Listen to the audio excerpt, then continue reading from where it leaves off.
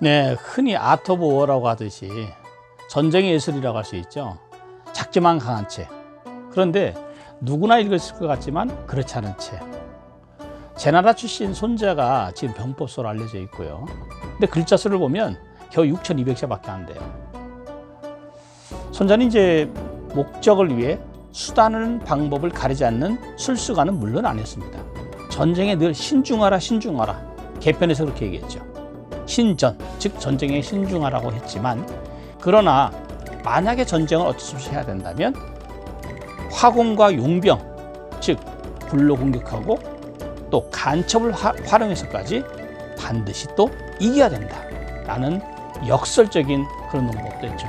전쟁을 할 때는 설령 졸속의 상황이라 하더라도 빨리 해서 이길 수 있으면 이겨야 된다, 이런 거죠. 사실 우리가 지금 살아가는 세상이 맨날 자고 일어나면 전쟁이고, 또 어떤 국지전이라는 테러, 그 다음에 곳곳에 잠복해 있는 다양한 어떤 문화적, 인종적, 경제적 갈등을 보면 가볍게 보아넘길 수 없는 수준이죠. 손자병법에서 우리가 얻는 지혜라는 것은 항상 내 자신을 지킬 수 있는 지혜의 원천이고, 또 나아가 우리의 삶, 그 다음에 우리의 조직, 또 더 나아가서 국가와 세계를 운영하는 지침이고 원리로 그 힘을 제공할 수 있다, 이렇게 봅니다. 우리한테 널리 알려진 말이 있죠. 백전백승이라는 말이 나오는 그런 내용인데, 손자는 작전편에서 이런 얘기를 합니다. 용병을 하는 원칙에는 국가를 온전히 하는 것, 즉 손상을 입지 않은 것을 상책으로 하고 적국을 처부수는 것을 차선으로 삼는다. 또 적국의 군대를 온전히 한 채 이기는 것이 상책이고 오히려 못 지르는 것은 차선책이다 라고 얘기를 하면서 100번 싸워 100번 이기는 것은 최선의 용병이 아니며 싸우지 않고 적을 굴복시키는 것, 즉 부전이 구린지병, 이것이 선지선자, 즉 용병의 최상의 방법이다, 이렇게 얘기하죠. 또 다른 것을 보면요, 성을 공격하는 그것이 최하위라는 말을 한 적 있죠. 근데 손자가 최상의 용병은 모략으로서 상대편을 공격하는 것, 즉 벌모고, 그 다음에는 외교관계를 공격하는 것, 벌교죠. 세 번째는 군대를 공격하는 것, 벌병이고, 맨 마지막 하책이 공성, 즉 성을 공격하는 것이다. 우리는 어떻게 생각합니까?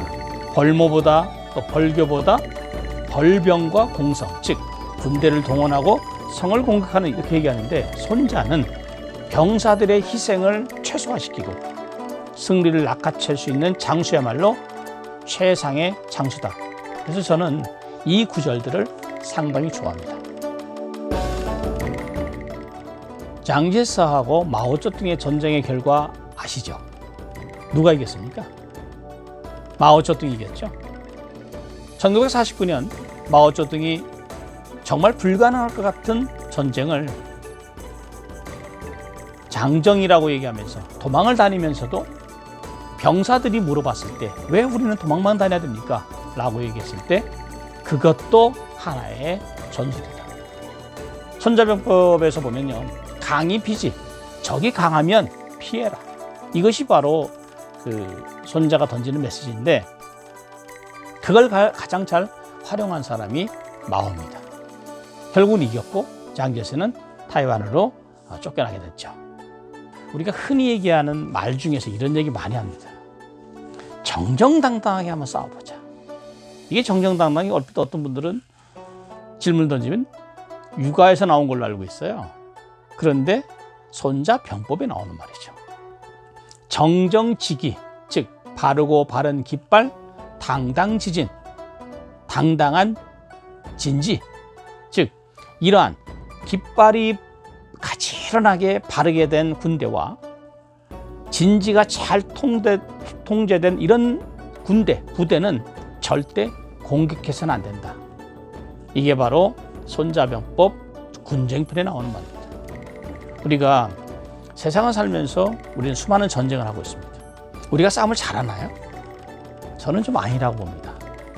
조선왕조 500년 동안 우리는 유교 이데올로기 하에서 전쟁, 속임수, 졸속 이런 말들은 거의 금기어였죠. 왜 세계의 지도자들이 손자병법을 읽고 또 손자병법에 의해서 전략 전술을 짤까요? 국가 간의 전쟁에서 신이 중요하죠. 그러나 한반도를 둘러싸고 있는 한번 사방의 강국을 볼까요? 우리나라가 있고 옆에 일본이 있고 또 중국이 있고 또 멀리 미국이 있고 또 러시아가 있습니다. 북한에 또 김정은도 존재하죠. 그렇다면 이 사방에 우리를 둘러싼 그 각국의 지도자들이 과연 우리처럼 유교와 유가적 사상 그런 것만 갖고 갈까요? 저는 아니라고 봅니다. 오히려 손자병법에서 보여지는 수많은 전략 전술 같은 내용들을 갖고 정말 임기응변하듯 다양하게 전략 전술을 짜서 국가의 생존과 국가의 나아갈 길을 제시하고 있다는 거죠. 그렇다면 우리도 손자병법에서 얻은 그러한 진리 이런 것들을 다양한 조직과 사회와 우리의 일상, 나라를 다스리는 또 위정자들은 그런 것들을 한번 충분히 활용할 가치가 있다. 저는 이렇게 봅니다.